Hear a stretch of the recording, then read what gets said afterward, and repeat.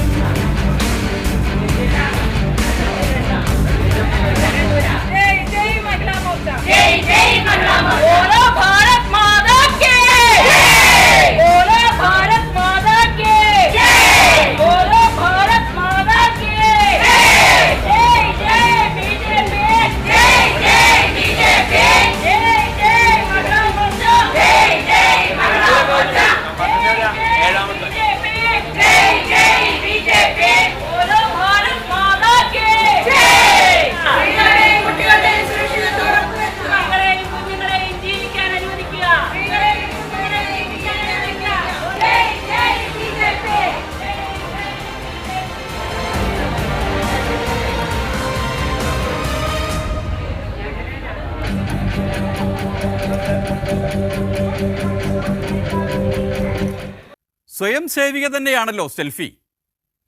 എറണാകുളത്ത് നിന്നുള്ള സെൽഫി കൂട്ടമാണ് വണ്ടി കയറുന്നത്. സ്ത്രീകൾക്കും കുട്ടികൾക്കും നേരെയുള്ള അക്രമങ്ങൾക്ക് എതിരായിട്ട് പിണറായി സർക്കാർ ഞങ്ങൾ ശക്തമായി പ്രതിരോധിക്കാൻ വേണ്ടി ആഭ്യന്തര വകുപ്പ് ഈ സ്ത്രീകൾക്കും കുട്ടികൾക്കും ഞങ്ങൾക്ക് സംരക്ഷണം തരാത്ത ആഭ്യന്തര വകുപ്പ് പിണറായി വിജയൻ ഒഴിയണമെന്ന ശക്തമായ ആവശ്യമായി ഞങ്ങൾ കാസർഗോഡ് മുതൽ തിരുവനന്തപുരം വരെയുള്ള ഇന്ന് നമ്മുടെ ട്രെയിൻ യാത്ര ഞങ്ങൾ സ്ത്രീകൾ നടത്തുകയാണ്. ഇന്ന് ശക്തമായ രീതിയിൽ ഞങ്ങൾ പിണറായി സർക്കാരിനെ പ്രതിരോധിക്കാൻ വേണ്ടി മാത്രമായിട്ടാണ് ഞങ്ങൾ ഈ ശക്തമായ യാത്ര നടത്തുന്നത് തന്നെ. കാസർഗോഡ് മുതലുള്ള സ്ത്രീകൾ ഇന്ന് നമ്മുടെ എക്സ്പ്രസ് ട്രെയിനിൽ ഞങ്ങൾ വരികയാണ്. തിരുവനന്തപുരം വരെ എത്താനുള്ളതാണ്. അതോടൊപ്പം തന്നെ ഇനി നമ്മുടെ കേരളത്തിലെ സ്ത്രീകൾക്കും കുട്ടികൾക്കും നേരെ ഒരു അതിക്രമങ്ങളും ഞങ്ങൾ കണ്ടുകൊണ്ട് നിൽക്കില്ല. അതിനെ ശക്തമായി ഞങ്ങൾ സ്ത്രീകൾ മുന്നോട്ട് ഇറങ്ങുകയാണ്. അതിൻ്റെ ഒരു ഓർമ്മപ്പെടുത്തൽ മാത്രമാണ് ഈ യാത്ര എന്നാണ് എനിക്ക് എന്നോട് പറയാനുള്ളത്. തീർച്ചയായും അതൊരു സൂചന മാത്രമായിരിക്കും. സൂക്ഷിച്ചാൽ സർക്കാർ ദുഃഖിക്കേണ്ടി വരില്ല.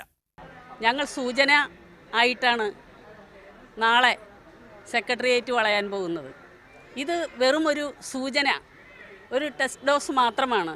ഇത് കണ്ട് സർക്കാർ വേണ്ട വിധത്തിലുള്ള കാര്യങ്ങൾ ചെയ്ത് സമാധാനപൂർണ്ണമായി ജീവിക്കാനുള്ള ഒരു അവസരം ഉണ്ടാക്കിയില്ലെങ്കിൽ നിശ്ചയമായും ഈ കേരളത്തിലെ മഹിളാ മോർച്ച മറ്റു സ്ത്രീകളുടെയും കൂടി സഹായം തേടി ഞങ്ങളുടെ ഒപ്പം പല സ്ത്രീജനങ്ങളും കൂടാമെന്ന് വാഗ്ദാനം ചെയ്തിട്ടുണ്ട്.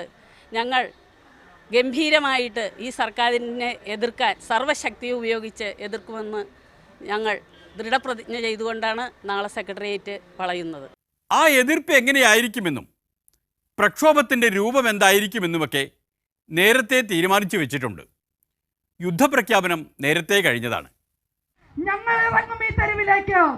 ആയുധം പിടിച്ചാണെങ്കിൽ ആയുധം പിടിച്ച്, ആയുധം നാവാണെങ്കിൽ ആ നാവ് പിടിച്ച്, ആയുധം വാളാണെങ്കിൽ ആ വാള് പിടിച്ച്, ആയുധം കത്തിയാണെങ്കിൽ ആ കത്തി പിടിച്ച്, തീപ്പന്തമാണെങ്കിൽ ആ തീപ്പന്തം പിടിച്ചുകൊണ്ട് ഞങ്ങൾ ഞങ്ങളുടെ മക്കളുമായി ഈ തെരുവിലേക്ക് ഇറങ്ങുമെന്ന് ഇവിടുത്തെ കമ്മ്യൂണിസ്റ്റുകാരനോട്, ഇവിടുത്തെ മുഖ്യമന്ത്രിയോട് ഒരിക്കൽ കൂടി പറയുവാൻ ആഗ്രഹിക്കുകയാണ്.